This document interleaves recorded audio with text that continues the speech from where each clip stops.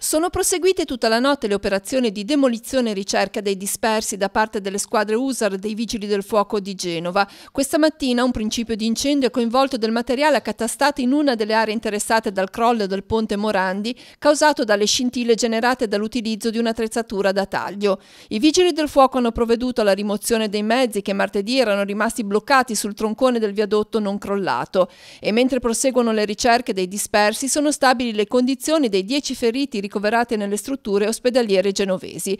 Questa mattina è stata identificata la donna intossicata dai fumi che avevano investito la sua casa dopo l'incendio scoppiato contestualmente al crollo del ponte. Si tratta di Angela Fiori, sassarese di nascita ma genovese di adozione, residente a Certosa. Ha 74 anni e sempre ricoverata in rianimazione al monoblocco.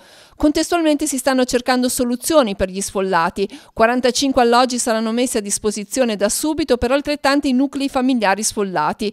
Sono stati individuati dalla task force costituita da Regione, Comune di Genova, Arte Genova, l'azienda territoriale per l'edilizia, per dare una risposta immediata ad una parte degli oltre 300 nuclei familiari che risiedevano in via Porro e in via del Campasso.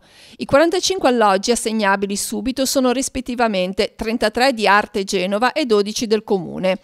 Arte si occuperà inoltre del trasloco degli immobili. Saranno i Vigili del Fuoco a dare l'autorizzazione alle famiglie per il ritiro del mobilio. Domani il presidente della Regione Toti e il sindaco Marco Bucci consegneranno al presidente del Consiglio dei Ministri Conte un documento contenente l'elenco di ulteriori 300 abitazioni individuate per le quali verrà richiesto un finanziamento straordinario finalizzato alla loro ristrutturazione. Ammontano a 311 i nuclei familiari sfollati che abitavano nei palazzi di via Porro e via Campasso, per un totale di 558 persone attualmente ospitate da familiari in alberghi e strutture cittadine.